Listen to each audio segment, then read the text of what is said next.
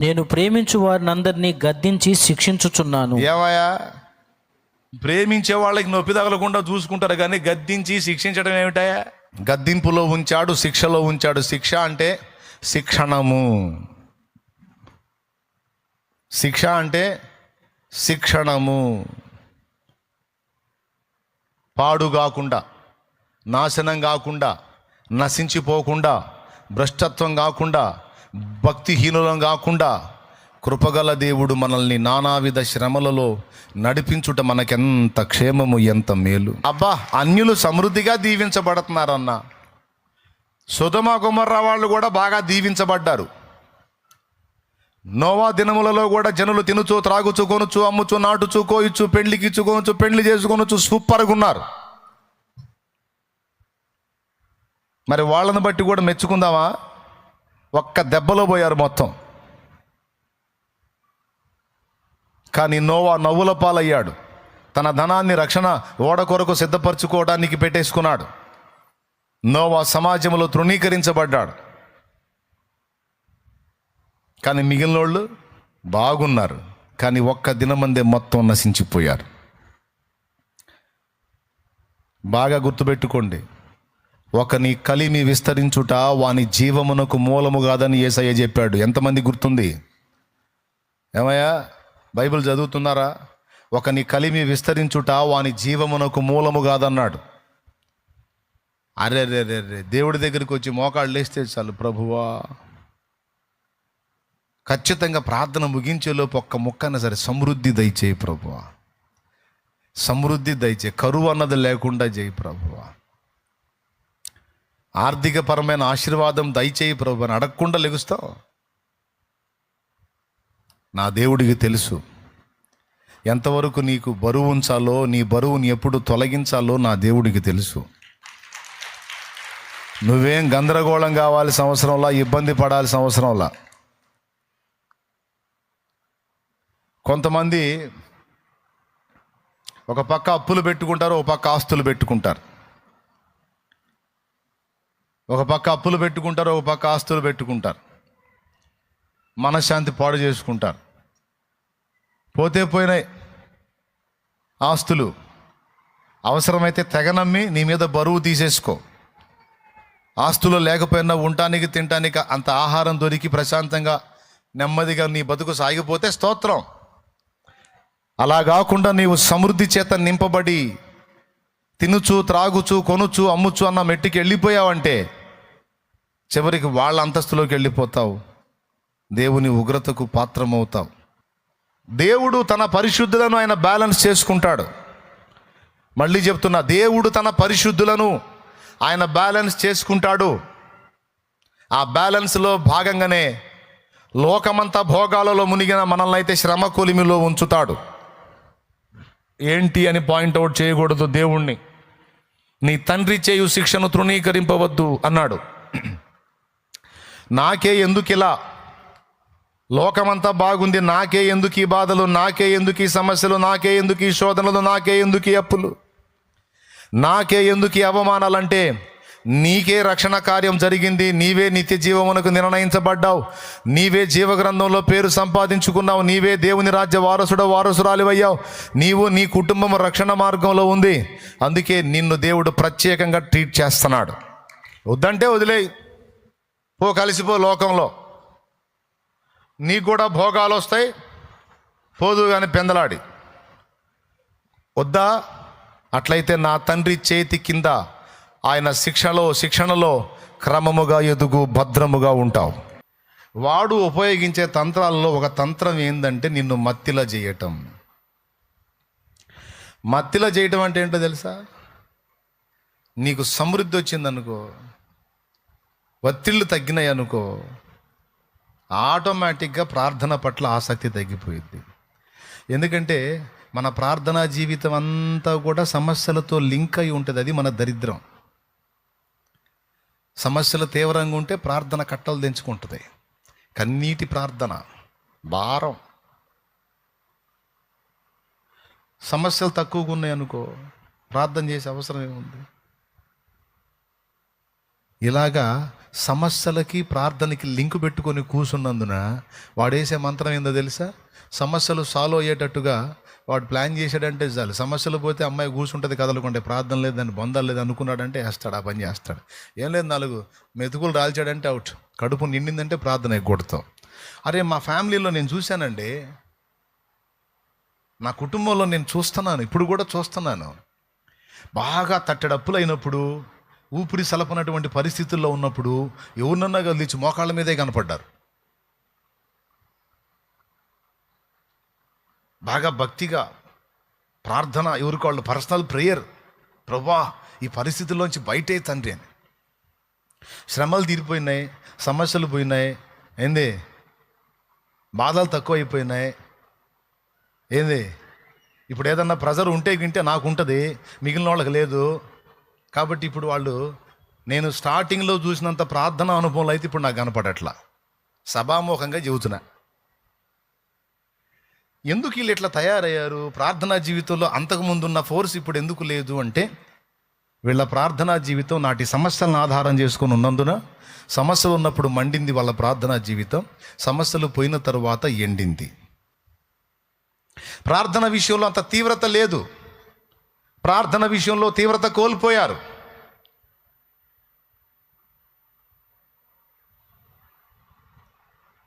మళ్ళా వాళ్ళు ప్రార్థన చేయాలంటే ఏం రావాలి? అగసాట్లు రావాలి, మళ్ళా కొత్త అప్పులు కావాలి, మళ్ళా ఆ బరువు నెత్తిన భారం అవ్వాలి, ఇశ్రాయేలు శ్రమలాగా. అప్పుడు మళ్ళీ ఎక్కడోళ్ళు అక్కడ హల్లెలూయా హల్లెలూయా హల్లెలూయా హల్లెలూయా అనుకుంటా లైన్లోకి వస్తారు. అయితే ఈసారి నా కుటుంబానికి నేను అలా చెప్పలా. నా కుటుంబానికి నేను ఏం చెప్పానంటే, సమస్యలను, బాధలను, శ్రమలను ఆధారం చేసుకొని మన ప్రార్థనా జీవితం ఉండకూడదు. దేవునితో మనకున్న అనుబంధాన్ని బట్టి మన ప్రార్థనా జీవితం ఉండాలి. దేవునితో మనకున్న రిలేషన్ని బట్టి, అనుబంధాన్ని బట్టి ప్రార్థనా జీవితం ఉండాలి. కానీ మన సమస్యలను ఆధారం చేసుకొని ప్రార్థనా జీవితం ఉండరాదు అని నేర్పా. నా బతుకులోనూ ఇంటోళ్లలోనూ చాలా వరకు చాలా విషయాలు చూసి నేను చాలా పాఠాలు మీకు నేర్పుతున్నా. పరిశోధన అంతా మన మీదే. ఇప్పుడు నేను చెప్పే చాలా సంగతులు నీకు అనుభవాలు, నీ అనుభవాలు నాకెట్టా తెలుసు అంటే, నేను కూడా ఫేస్ చేశా కాబట్టి తెలుసు నాకు. నన్ను చూస్తా, ఫ్యామిలీ మెంబర్స్ని చూస్తా, ఎవరి సైకాలజీ ఎలా మారిందో చూస్తా. కడుపు మండినప్పుడు వీళ్ళు ఎట్ట ఫీల్ అయ్యారు, కడుపు నిండినాక వీళ్ళు ఎట్ట తయారయ్యారు, ఎవరి అనుభవాలు ఎలా మారినాయి, అసలు వీళ్ళ సైకాలజీలు ఎలా ఉన్నాయి. అప్పుడప్పుడు కొన్ని రాళ్ళు వేసి కూడా ట్రై చేస్తా.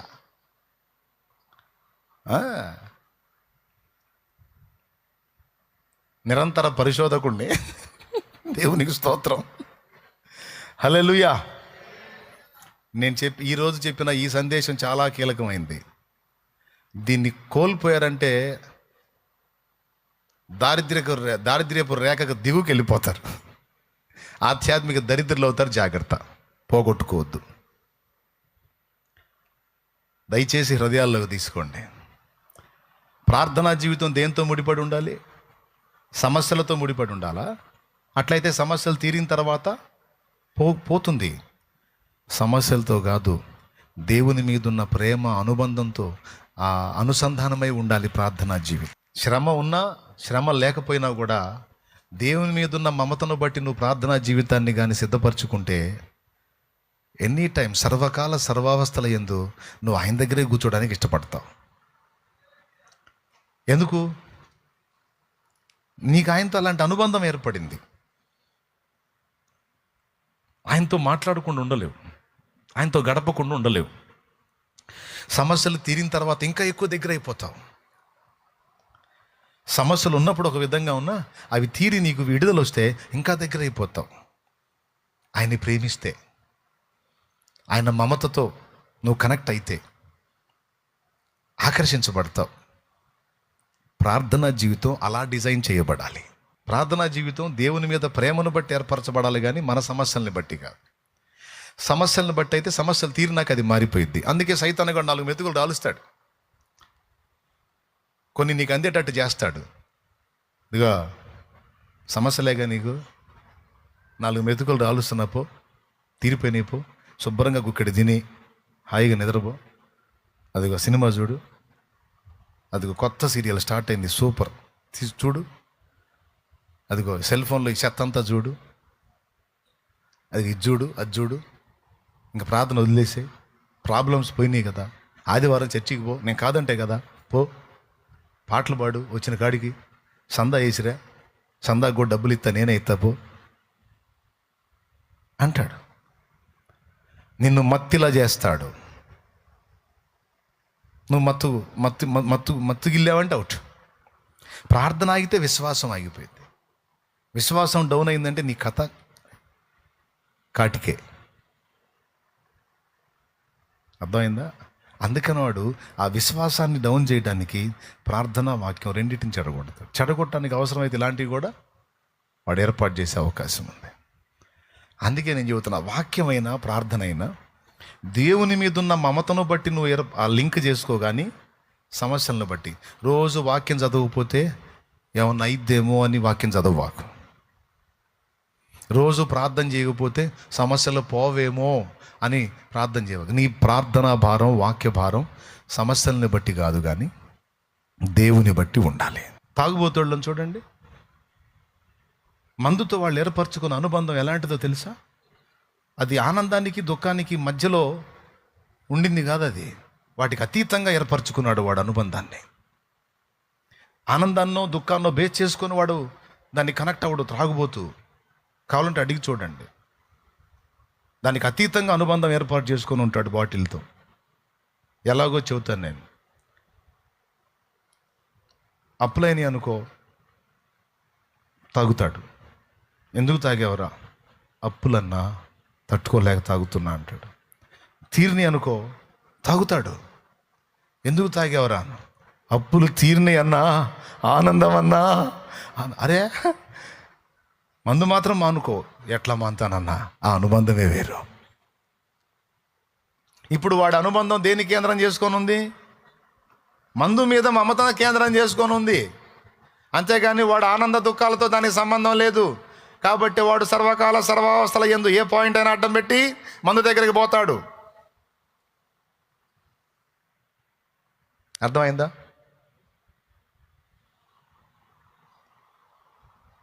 సమాజంలో ఎవరైనా సచ్చారనుకో, తాగుతాడు. ఎందుకు తాగేవరా అంటే వాడు సచ్చాడు, తాగాను అంటాడు. ఎవరు సాగుపోయినా తాగుతాడు. ఎందుకు తాగుతున్నారంటే నా సమాజం చల్లగా ఉంది, ఆనందం పట్టగలేక తాగుతున్నా అంటాడు. మొత్తానికి మందు దగ్గర పోకుండా మాత్రం వాడు మానుకోలేడు. అంటే ఏదన్నా చూపించి, ఏదో వంక చూపించి మందు కాడికి పోకుండా వాడు ఉండాలి. దేవుని విషయంలో మనకి అలాగా కనెక్ట్ అవ్వాలి.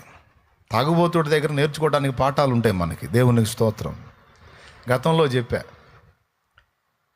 ఇప్పుడు వాడు దేన్ని కేంద్రం చేసుకున్నాడు? సమస్యల్ని, ఆనందాన్ని కేంద్రం చేసుకున్నాడా, లేకపోతే మందునే కేంద్రం చేసుకున్నాడా? అది. అందుకని వాడేం పడతా, సర్వకాల సర్వావస్థల యందు మేలు కలిగినా కీడు కలిగినా నిన్ను మాత్రం వదిలిపెట్టను. అట్లా ఏర్పరచుకోవాలి దేవుడితో అనుబంధాన్ని. దుఃఖం కలిగిందనుకో, సమస్యను బట్టి ప్రార్థన. సమస్య తీరిందనుకో, ఆనందాన్ని బట్టి కూడా ప్రార్థనే. అప్పుడు సైతానుగాడు వేసుకుంటాడు ముసుగు. ఈ మనిషిని ఏం గదిలిచ్చినా సరిపోయి ముందు మోకాళ్ళు వేస్తుంది. ఈ మనిషి జోలికి పోవటం వేస్ట్ అనుకోవాలి వాడు. నేను నా ఇంటి వారు దేవుణ్ణి అట్టి విధముగానే ప్రేమించాలని ఆశిస్తున్నా. నా ఇంటి వారు కూడా అలా ప్రేమించాలి.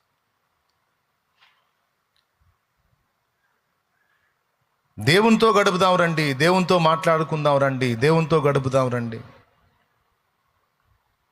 శ్రమ కలిగిన వేళ గడుపుదాం రండి, సంతోషం కలిగిన వేళ గడుపుదాం రండి. పని దినమున ఖాళీలో గడుపుదాం రండి. పని లేకుండా దేవుడు ఫ్రీ ఇస్తే ఆ ఫ్రీలో ఎక్కువ దేవునితోనే గడుపుదాం రండి అనుకుంటే ఎంత బాగుంటుంది. నా కుటుంబమా అని నా కుటుంబానికి చెప్తా. ఈరోజు సంఘం అనే నా కుటుంబానికి కూడా అదే చెప్తున్నా. బిడ్డలారా రండి, నాన్నతో గడుపుదాం రండి, నాన్నతో సహవాసం చేద్దాం రండి, నాన్నతో టైం స్పెండ్ చేద్దాం రండి, నాన్న మాటలు విందాం రండి, నాన్న గురించి ధ్యానిద్దాం రండి, నాన్న గురించి ప్రార్థిద్దాం రండి, పాడుదాం రండి, నాన్నతో మాట్లాడుకుందాం రండి. నేను చెప్పిన విధంగా కానీ మీరు భక్తి జీవితాన్ని సిద్ధపరచుకుంటే మీరు మెలకువగా ఉన్నట్టే. నేను నమ్ముతున్నా మీకు అర్థమైందని క్లియర్గా. మీకు ఆ విధంగా సిద్ధపడతారని నేను నమ్ముతున్నాను. నా హృదయం ఎంత అభిలషిస్తుందో అలా వెళ్ళాలని, నా మనసు ఎంత ఉవ్విళ్ళూరుతుందో అలా వెళ్ళాలని, సమయమందును అసమయమందును, మధ్యరాత్రిలోను తెల్లవారుజామునను ఆయనతో కూర్చోవాలి, ఆయనతో మాట్లాడాలి, ఆయన్ని మహింపరచుకోవాలి. మన బంధము అనుబంధము. భక్తులు అలా డిజైన్ చేసుకున్నారు, తమ భక్తి జీవితాన్ని, ఆత్మీయ జీవితాన్ని అలా రెడీ చేసుకున్నారు. అందుకే విశ్వాసులు పడతా లెగుస్తా మండుతా చల్లారుతా ఉండొచ్చేమో, కానీ దైవజనులు అలా ఉండరు చూడు. వాళ్ళ ప్రార్థనా జీవితం కానీ, వాక్య ధ్యానం కానీ, ఆత్మీయ అనుభవాలు కానీ అలా ఉండవు చూడు. ఆ విషయంలో మెళకువగా ఉంటారు. ఎందుకు? అలా ఏర్పాటు చేసుకున్నారు దేవునితో అనుబంధాన్ని. ఒకవేళ ఇంతవరకు నీకు అలాంటి అనుభవం లేకపోతే ఇక నుంచి నువ్వు అలా డిజైన్ చేసుకో. సమస్యను బట్టో సంతోషాన్ని బట్టో కాదు, సర్వకాల సర్వావస్థల యందు ఆయనతో గడపడానికి నీ మనసు ఉవ్విళ్ళూరాలి. ఆయన కంటే ఎక్కువ ఏది లేదు అని నీకు అర్థం కావాలి. నా ఇంట్లో నేను గతంలో రాసుకున్నాను, ప్రార్థన కంటే, వాక్య ధ్యానం కంటే మించినది ఏదీ లేదని నీవు ఎరుగుదువా? దానికంటే ఉన్నతమైన పని ఏమిటి అని రాసుకున్నా, క్వశ్చన్ మార్క్. దేవుడితో మాట్లాడుట కంటే, దేవుని స్వరము వినుట కంటే ముఖ్యమైన పని ఏమిటో చెప్పమ్మా అని రాసుకున్నా. నువ్వు వాటికి తక్కువ టైం ఇచ్చి మిగిలిన చెత్తంతా ఎక్కువ టైం గడుపుతున్నావు. ఏది గొప్పది, ఏది ముఖ్యమైంది, ఏది శ్రేష్టమైంది, ఏది అవసరమైంది? సమస్యలకు సమాధానం ఆయన పాదాల దగ్గరే ఉంది, అక్కడే వెతికా. సమస్యలు తీరినప్పుడు ఆనందం కూడా ఆయన పాదాల దగ్గరే ఉంది, అక్కడే వెతికా. వెతకాలి. శ్రమల్లో ఉన్నావా? ఆయన పాదాలు వెతికావు, శ్రమ తీర్చాడు. అప్పుడు ఇంకా ఎక్కువగా ఆయన పాదాల దగ్గర గడపాలి. భార్యాభర్త ఇద్దరు కలిసి పని చేసుకున్న అప్పులు తీరలా. దేవుడు దయదలిచి ఒక అద్భుతం చేశాడు, అప్పు తీరిపోయింది, బాధ కొలిక్కొచ్చింది. ఇప్పుడు భర్త ఒక్కడే పని చేస్తే సరిపోతుంది, భార్యకు ఫ్రీ దొరికింది. ఇప్పుడు భార్య ఏం చేయాలి? దేవుడు విడుదల ఇచ్చాడు కనుక ఆ కృతజ్ఞతతో దేవునికి దగ్గర అవ్వాలి. కానీ భార్య ఏమవుతుందో తెలుసా? లోక చెత్తకు దగ్గర అవుతుంది. మీరు ఆలోచించండి. శ్రమ కొలిమిలో మనం ఉన్నప్పుడు దేవుణ్ణి ఆశ్రయించాం, విడుదల వచ్చినప్పుడు మరి ఎక్కువగా ఆశ్రయించాలి. రాత్రి పగళ్ళు పని చేసుకునే దినాల్లో దేవుణ్ణి ఆశ్రయించావు. ఇప్పుడు ఒక పూట పని చేస్తే చాలు, నీకు 2 పూట్ల పని చేసినంత ధనం వస్తుంది అంటే ఆ మిగతా సమయం నువ్వు దేవుడితో గడపాలి. దేవుడిచ్చాడు ఆ ఫ్రీడమ్. కానీ నువ్వేం చేస్తున్నావు? ఏమో నువ్వే ఆలోచించుకో,